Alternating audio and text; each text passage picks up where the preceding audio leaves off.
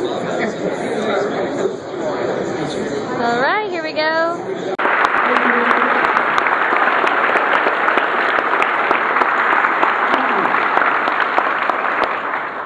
I don't spend much time in Washington anymore, and I don't miss it. I give a lot of speeches in Washington. One thing I know that's different from Washington than coming out here is I never got any applause when I was in Washington. It was always good to leave Washington.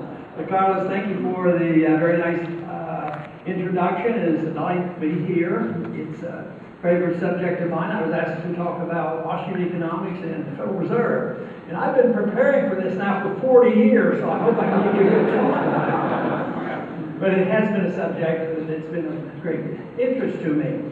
You know, this past week I had several calls from the media, and they asked a lot of different questions. I thought they wouldn't call as much, not being in politics anymore. I guess you never leave. It's sort of like being in the CIA. You never get out of it. So I'm still in politics. But the most frequent question I'm getting now is, if you had to, you could pick between the two candidates for the chairman of the Federal Reserve, which one would you pick? And I said, well, it's a tough pick, but my choice is Noda. My check is Mr. Noda. They said, what are you talking about? Who's Mr. Noda? None of the above.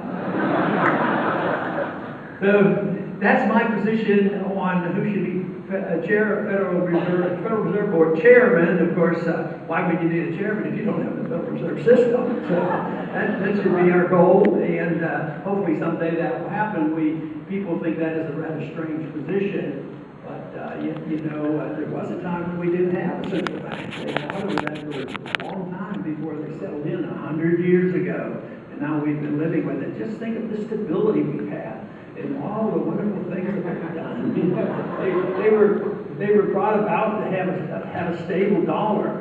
Yeah, they basically it stabilized at 98% less value than it was in 1913. So I would say they haven't, done a very good job.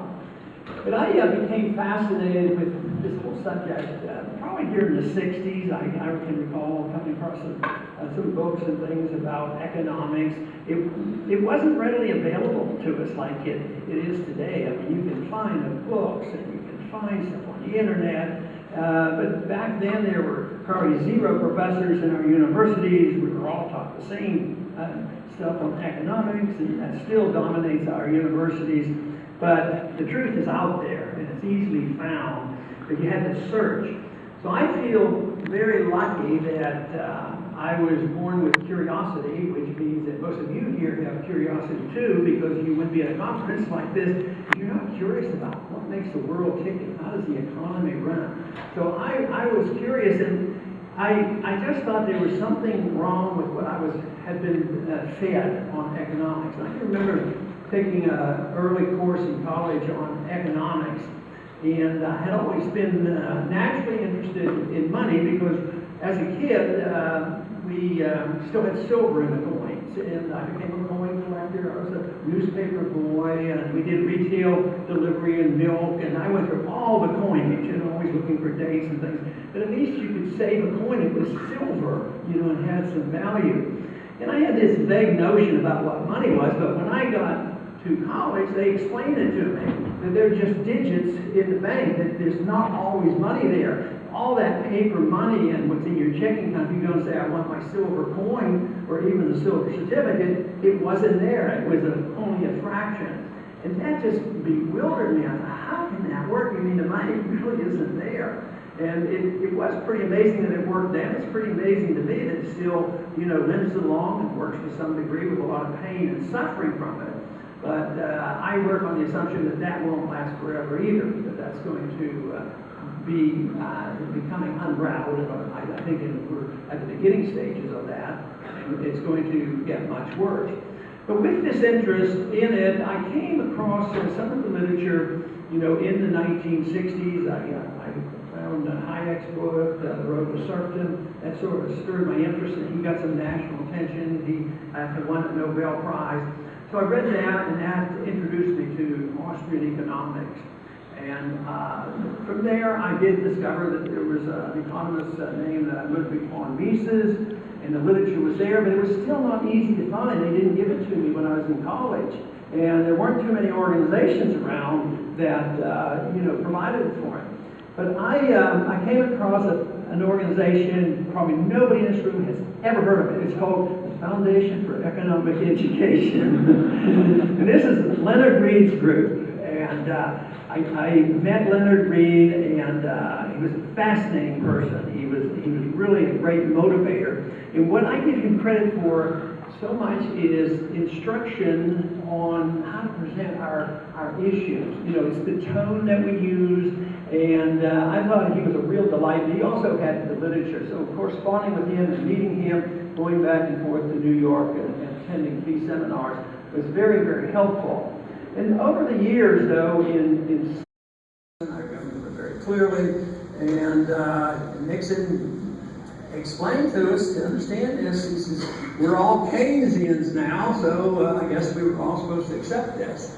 But that still wasn't very satisfying. So a short time after that, I decided to just speak out on the issue of money, because I thought it was, although the issue of liberty and foreign policy and economic policy was always real important, it was the monetary issue that prompted me to speak out on it and try to explain, how this was connected to all that we do and why we have big government, when governments monetize debt, you have growth of government, destruction of liberty, and how that continues. And for that reason, I decided in 1973 that I would run for Congress, which was probably a pretty silly thing to do, to tell you the truth. So I was in a very busy medical practice, and I went to my wife, Carol, and I told her, I said, I think I'll run for Congress. And she said, what in the world would you want to do that for? And I told her, I said, well, I've been reading about the economic system and monetary policy, and I said, I just want to go out and talk about it. At that time, there were 3 members of the Texas delegation, Republicans, the rest were all Democrats. It was a Watergate year that I was running. It was 1974 when I actually ran. And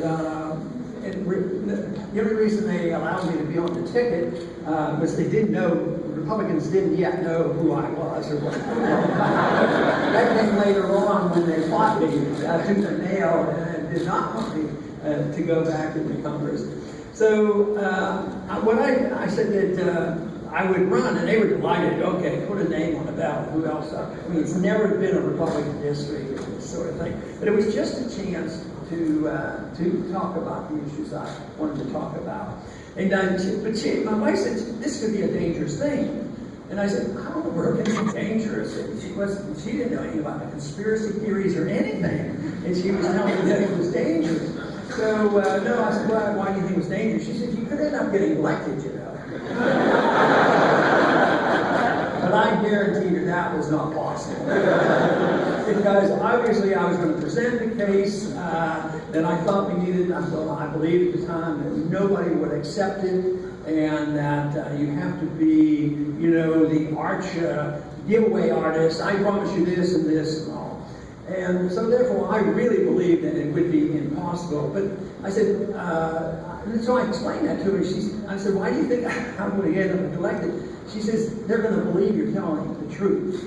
And they'll place confidence in you end up getting elected. Well, I wasn't elected that time, but the Democrat that I ran against then resigned shortly afterwards. It was a special election, special circumstances, and then I ran and went into office then the next year. But it really opened up an opportunity where it was more than just talking to a few people on a very modest, unorganized campaign. All of a sudden, we had a better opportunity, and the first thing I asked for was to be on the banking committee, and I was placed on there and always served on the banking committee. But during that period of time, starting in the early 70s, I was actually in Congress with a good many different Federal Reserve Board chairmen. When I first went there for a very short period of time, Burns was the chairman. But the neat thing about Burns and Volcker, they still were allowed to smoke at the hearings. Burns had his pipe, and Volcker had his cigars, and You know, I hate smoking. I can't stand it, and I believe all the health things. There's something about this antagonism that you're like the Taliban if you smoke. You know. But anyway, it was fascinating to see them down there smoking away, but they must have been smoking something else because they never made any sense. But then when he left or was taken out, they put G. William Miller on there, who didn't last. Most of the Federal Reserve chairman usually lasts 8, 9, 10 years. But Miller lasted 1 year. You know, things were bad. It was Jimmy Carter and a lot of inflation. The consequence of the things of the 70s. They were very chaotic, just as many of us predicted and expected, due to the breakdown of the Bretton Woods, tremendous inflation, high interest rates. So Miller didn't last, but then Volcker came in. Volcker I got to know pretty well, and in my book, In the Fed, I mentioned that he was probably one of the more decent individuals you could at least talk to him, you know. And I considered him a gentleman, and there were a few hints that he might have been, somewhat resistant to leaving the gold standard completely. It wasn't a serious approach, but there were a few comments about that. But I got along with him quite well. But then later on, I think following Volcker, that would have been Alan Greenspan. Wow, what more could we have? We have a free market person, an ally of Ayn Rand, a champion of the gold standard, and how evil it was in his famous article he wrote in 1967 about how bad the Federal Reserve was at monetizing debt. So he was there, and of course, after about 8 years, then we have our present Federal Reserve Board chairman. He's a little bit more difficult to understand or get along with, thanks. But anyway, Greenspan would come to hearings quite frequently, and there was one time when they scheduled a session where if we got there a little early, if we wanted to go in and shake hands, say hello to Greenspan, and get a picture taken with him, that you could do that. So I decided to do it, but I went back and looked at some of my old material that I'd gotten in the 60s, because although I'm a long way from being a Randian or an objectivist, they were fascinating reading for Ayn Rand, and I got all her newsletters. So I did have the original copy of the 1967 newsletter where she wrote a famous article praising the gold standard and condemning, monetization of debt. So I took that with me, and so when he was sitting there and he was signing different things for the members, I showed him the booklet. It was a little green booklet, the Objectivist newsletter, and I said, "Do you recognize this?" He said, "Yeah, I recognize that." So I flipped it open and I showed him this article. I said, "Do you remember this article?" He said, "Yeah, I remember that article." So very well. He says, "I just read that not too long ago," and he says, "I agree with everything in that article." So I finally, he signed. I said, "Would you autograph this for me?" So he autographed it for me. But I asked him, I said, "Do you want to put a disclaimer on this right now?" He didn't put a disclaimer on. That's when he said that he had read it and he stands by it, which sort of is not quite possible. But, over those years, I was fascinated, and as I said, I was introduced to so many through the Fee Foundation and got the books. But I recall one time when there was only one other person, I think, in our community where I was practicing medicine, another doctor, who was interested, knew, and understood Austrian economics or what was going on. And I noticed in the newspaper, it was like this big, it said that Mises was coming to the University of Houston for a lecture. And it was probably in the early 70s. I think Mises, right before he passed away, he made a tour around the country, gave a lot of lectures. And so I asked the doctor if he wanted to go. So we went out our way, we got coverage, we closed our office down for an afternoon, we drove up to Houston. So we got to hear Mises give probably one of his very, very last lectures, and it was on socialism. And I remember they gave him a room that would hold maybe not even quite this many people, just a little room. And even then, there were people starving for information, and he was well enough known that that room was so jam-packed, it was packed out around there and in the hallway, just people just wanting to hear from him. And I did get to meet some of the others as well. Henry Hazlitt I got to meet, and he was associated with the Fee Foundation, and he was instrumental, of course, with Mises coming over to this country and befriending him and guiding him in his new country, having needed to escape from the German Nazis. So I got to know him, but I also got to know others through the foundation. In the early years, I got to know Hans Sennholz, who taught at Grove City for a long time and influenced a lot of young people. So I knew Hans quite well and met him probably in the early 70s. But then later on, when Lou Rockwell started the Mises Institute, I had gotten to meet Murray Rothbard. I got to know him very, very well. And over the years, spent a lot of time with him. So it's been fascinating, and I also had the opportunity. There was a lecture given at one time. I think it was at the Cato Institute, and they had Hayek there. So I went over there, and then afterwards, there was about 4 of us went to dinner with Hayek. So I had a little bit more time with him. He just impressed me as a dignified gentleman, an academician. And I remember he met an old friend, and his old friend there, that they had known each other academically, and that was Wallach. And Wallach had been a member of the Federal Reserve Board. And it was just an interaction that seemed to be a little bit strange because it doesn't exist anymore, So it was fascinating to be able to sit down and talk with them. So the monetary issue has been key for me, and it continues to be. Even though when people ask them, what's the most important issue, a lot of times they'll expect to say, well, the gold standard and the monetary policy. But it really isn't. To me, the big issue is the issue of liberty, the issue of personal liberty. And that means that I believe strongly in the restraint of government. If government only could be restrained for that of protecting our rights and our liberties and not being involved in the excessive use of force or even have any authority to initiate violence against us or anybody else, it'd be a lot different. But the Fed is, and I remember saying this to Greenspan at one time in the committee, I said, you guys are nothing more than facilitators. You facilitate debt. You compound the problem because all Federal Reserve Board chairmen will always say, oh, it's the Congress's fault. They run up the debt, and, we have to handle this debt. Yeah, but what if they didn't buy the debt? They just facilitate the excessive spending. And guess which party is the worst on that? Both of them, which is a single party.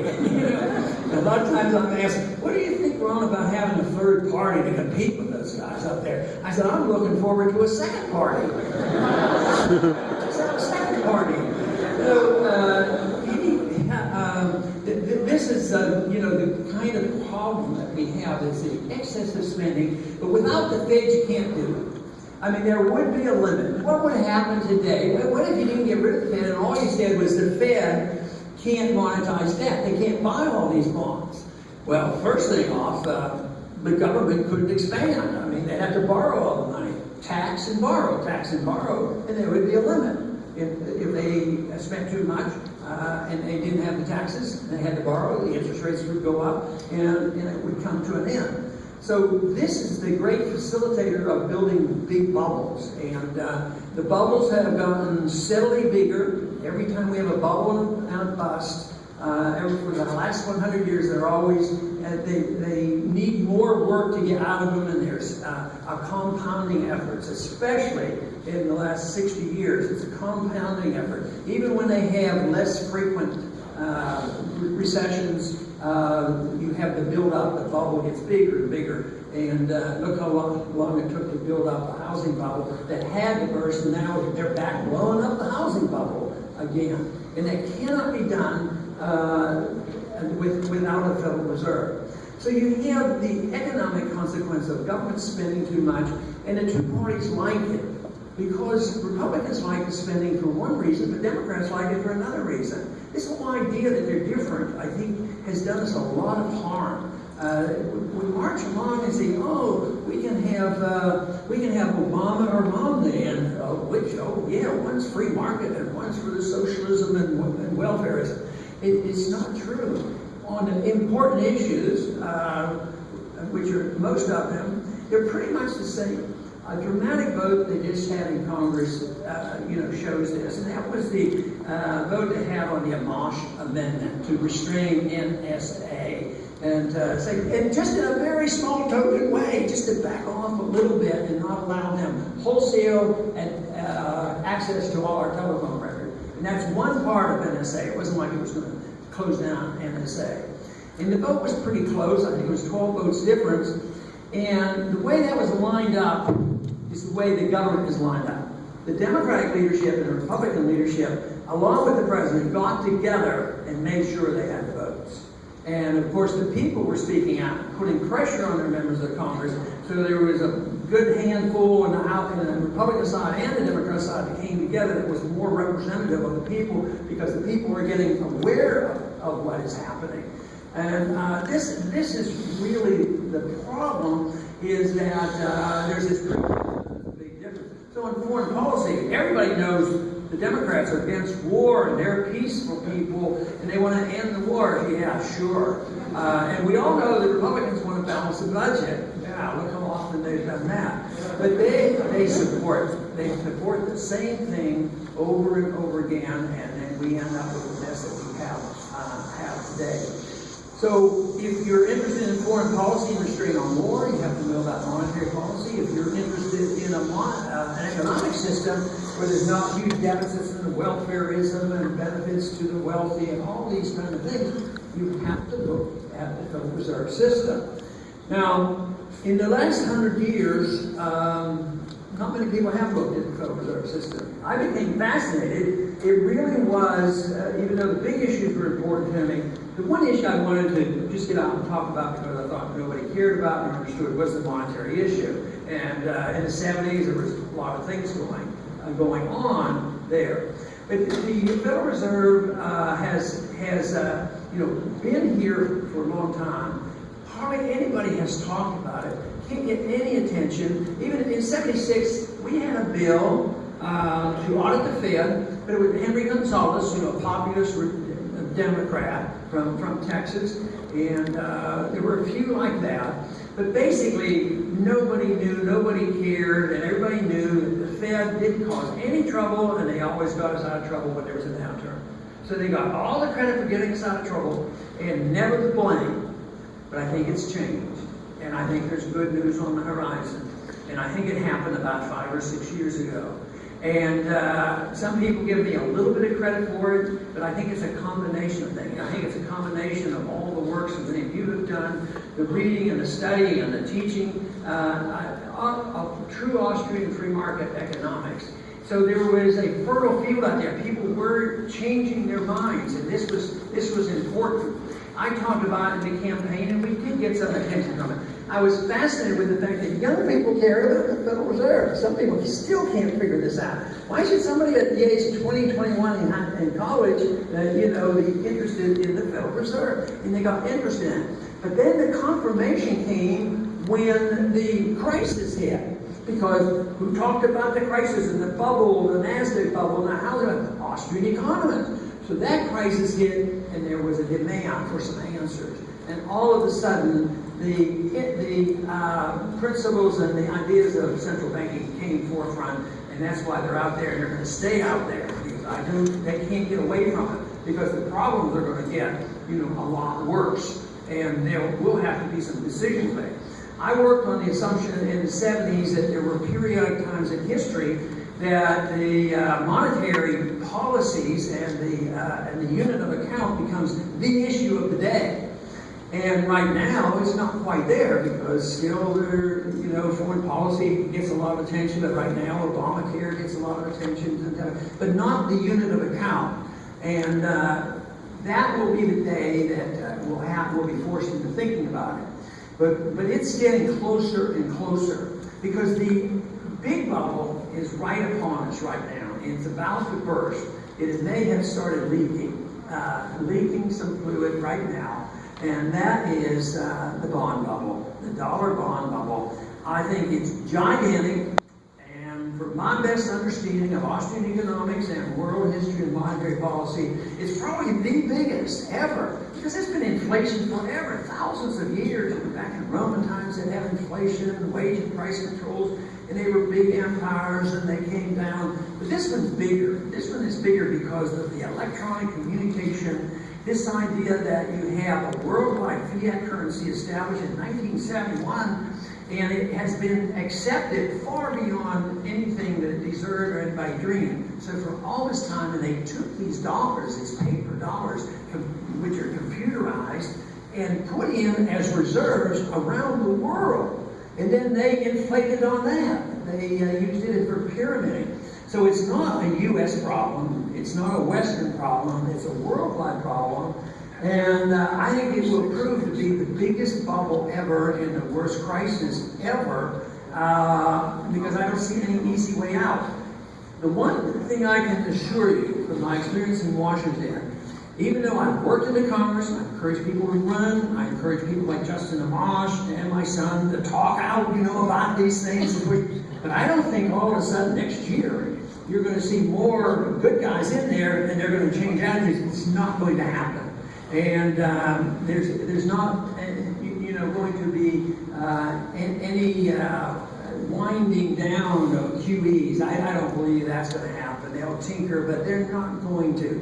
The pain and suffering is too great. They will spend. They will run up the debt. Interest rates will go up. They've already started going up, and they're going to have a problem. They won't know what to do. They're behind between the rock and a hard place, because the pain is much greater to do the right thing than it is to do the wrong thing and kill the patient.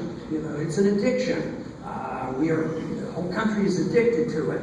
And even those who seem to be allies sometimes will say, yeah, Ron, this is okay, but except for my stuff. That's what they tell me all the time in my district. And there were times when I wondered how it ever happened. How did I ever get reelected? Because I voted against the law. Because I believed that it was the spending that was the problem. And eventually it would lead to a crisis. So this is on our doorstep, and we have to really think hard about how this is going to come about, how it will be resolved. I think there will be a loss of confidence in the dollar, and they're going to rush out of bonds, and it's going to hurt everybody financially.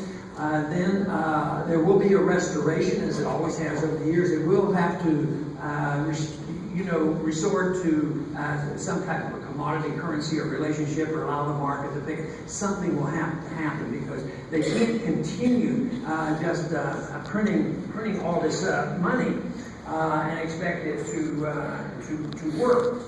But the attitude in Washington is to continue spending. Yes, they're arguing about sequestration, and cutting back, and we have to do this, we're going to close down the government, and we're not going to raise the national debt. I just don't think that's going to happen. I mean, it's sort of like saying, 6 years ago, Detroit would clean up their act and, with them on their knees. I mean, it didn't happen. In the world had a collapse like Detroit. I mean, this can be scary stuff. In my introduction, they said I was an optimist. You're beginning to wonder, I bet you.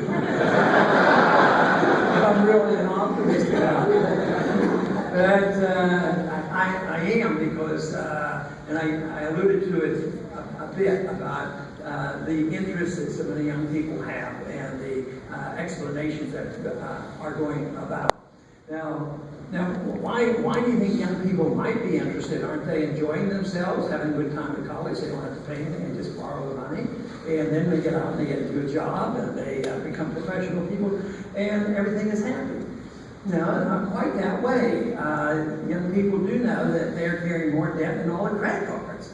And they have degrees, and sometimes parents pay $100,000 young people to get a degree, and then they flip in hamburgers. I mean, there's such gross distortion in the marketplace, and it's a huge mess. But young people are starting to realize this. So I see optimism. I'm optimistic because I don't think it's ever quite happened that way. People say I'm totally disillusioned because I go to the college campuses and you know, they only like you because they want to smoke dope. That's all the reason they like you. But I tell you what, the young people that come to the rallies and did come to the rallies, I thought they were very decent people and very serious and sincere and not the kind of people that probably do exist on the campus, but you can't paint people like that. I think that it's tremendous. The seeds have been sown, the collapse is on its way, especially these last 5 years, and we have a vehicle, and the vehicle is our internet. Now we have to race fast, we better hurry. A lot of people recognizing this, and that to me is very, very encouraging because of the ability to communicate. And I don't think anything will happen, nothing is going to happen in Washington if people's attitudes don't change. And that's why conferences like this, that I'm so fascinated with, is to get people energized to know what the right things are and show that ideas are important, but then be so energized that you'll go out and influence other people. I mean, there's an army of people here. I mean, all you have to do, I wonder how many, if everybody had up their email list and Facebook list in this room, there may be 500 or 600 people out there, hundreds, thousands. You know, this is so. This is readily available to us, and why I am so fascinated. But it's the issue of liberty that really motivates me, and for me, liberty means the natural right, the God-given right to your life as an individual. All rights are individuals. I don't believe in collective rights, and once you really truly understand that, and that the sole purpose of government ought to be to guarantee that you have sovereignty over your life and your responsibility at all of a sudden answers come rather easily. It requires about two things. One, tolerant of other people and how they spend their money. You can't be a liberal saying, well, it's my money, it's not yours, I'm going to tell you how to spend it and what you're allowed to do. And you can't be overburdensome on individuals who have a lifestyle you don't like, if they haven't initiated force or aggression against anybody. And all of a sudden it comes about, it's based on tolerance. Tolerance and non-aggression, you accept those two principles and understand the marketplace of property rights and contracts, you really have a magnificent answer to just about every problem, especially in the economic areas we would understand and the social areas. I keep trying to tell young people, that we do pretty good on religious matters. We assume that most people can have their own religion or no religion. That's not the government's business. Leave them up. But too often they'll drift over and say, well, yeah, but we got to protect them against themselves because they might go out and do the wrong things. Yeah, like the government is really going to be our protector. In this society, I believe the government's not the parent. The parents are the parents and have responsibility for their children. That's what I think is most important if we're going to understand this. But when you apply this principle to foreign policy, you have to conclude that the foreign policy that the founders tried to give us is rather remarkable. And you can summarize it by saying we ought to mind our own business.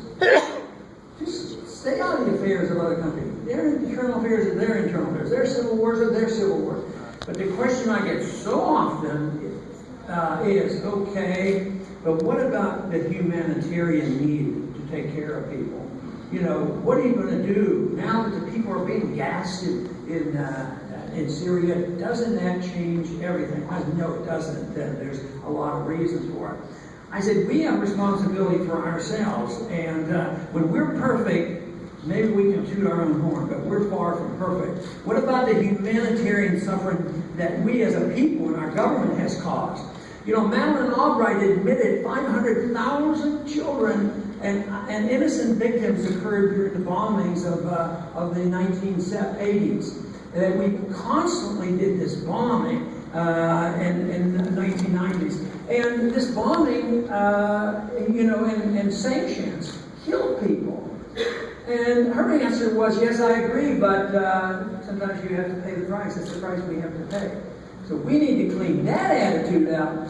And to think that if we say, no, we don't want to send bombs, we want to send food, you have to realize, yes, you can send food, you can voluntarily do it, you can join their armies, you can do whatever you want, but if we extract and use force to take it from one America and send it to another country, it's going to be another tool of war. Yes, there's a lot of problems over there, but think of the problems that occurred in the Soviet system and all the other countries, and we totally ignored it. So we need to apply those same principles of personal liberties, minding our own business. Let every country have self-determination. Yeah, that wouldn't solve all the problems, but maybe they solve them regionally. And I got into a lot of trouble in the presidential campaign because I spoke out with a very, very extreme viewpoint on foreign policy. I said that we ought to have a foreign policy based on the golden rule. What? I said we shouldn't do anything to any other country that we don't want to have them do to us. And guess what? I got plenty of booing for that. I mean, outright booing. How sinful that could be if you would accept this unchristian principle of asking us to run our foreign policy as if it's a golden rule. But those rules aren't complex, and they don't solve all the problems. But I'm convinced if we did have that, and we had very limited government, we still had our problems, we'd still have our bad guys out there. They would be dealt with in a different manner. But if we have government get big and allow bad guys to get in, because the motivation would be to get the bad guys in there and control the monetary system, control the military-industrial complex, control the medical industry, control the whole works, the surveillance industry. They're going to get in there and they're going to do it. It'll be all done in the name of helping the poor. Yes, we have to help the poor to make sure. Sure, look how we helped the poor with the crisis when it hit. The predictable crisis that was built because we had a financial system benefiting the very wealthy who are churning all this money on Wall Street and derivatives. They go bust. We bail them out. The poor people who were sucked into this lost their jobs and lost their houses, and the students who are trying to figure this out get all the bills and debt, and then they get a college degree they can't use. That seems very complex, but it really isn't complex. And where I'm delighted is a lot of people waking up, they've had enough of this, they want to see it change, and for that reason, we have an obligation. If you come around to agreeing about this and say, yeah, this sounds like it's pretty good, I really believe in Austrian economics, and I believe in this, and you figure that out, you might be just one of 5% or 10% of the people. But that numbers don't matter. You don't wait until it's 51%. You need to get in the leadership position. But if you come around to believing that personal liberty and sound money and a sensible foreign policy is the right way to go, I believe we all have a moral responsibility to do our job to try to spread that message. Because others, they live in a fog. That's the way the history has always been. It's always been the few who become energized over certain beliefs, whether it's the promotion of communism or fascism or Keynesianism, all that. There's always some intellectual leaders leading the charge. But today we have had so many in the 20th century now coming to fruition. Those are the Austrian economists. So many in this room who teach it and promote it and use it in business. Just the other day, I had one example of, I had an interview on the channel that I have, and it's Keith Smith, and he's from Oklahoma. And he set up a clinic. He was sick and tired of the bureaucracy and the costs and everything else. So he set up a clinic, private clinic, no government whatsoever. And most of the time, no insurance because copay and expenses and the bureaucracy is so bad. So he set this up. He has 50 physicians in there. And he told me that there are some medical procedures that the hospital down the street charges $30,000. He'll do it for $3,000. That's where the market is. Guess what? He knows and understands and studied Austrian economics, and he applied those principles to his business. And what he does is people call and ask, and people need to check on prices, and he just lists all his prices. He's driving the hospitals insane. But another thing that's interesting is he gets a lot of patients from Canada because they're slightly worse off than we probably are. Pretty soon, now this is the answer to so many of our problems. We have to always protect, the ability to escape, to opt out. In this case, he still has a right. He didn't feel like he was being intimidated. He didn't think the feds were going to close him down. And we have to protect that. has to be that way in schooling. You know, public schools, they're not doing much of a job these days. And that's why homeschooling is important. In the early 80s, they tried to outlaw all homeschooling, and they might try it again. But if you can just protect opting out in medical care, and there's more that you can do with medical care, opt out and get Obamacare, no opting out, put everybody in.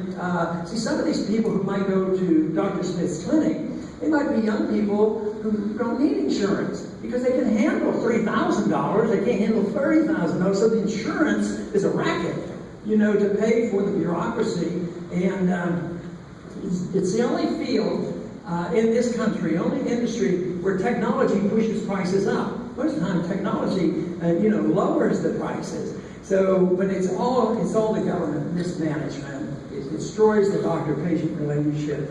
So if you have that in medicine, you should have it in education, you should have it any place you can. And another place you can have it where you could opt out is in the monetary system. Of course, there are some people who have created thoughts about Bitcoin and some of these other coinages that's fine. I don't understand all that, but we have to make sure that it's legal. I know it must be pretty good, or at least something to think about, because the feds want to close it down.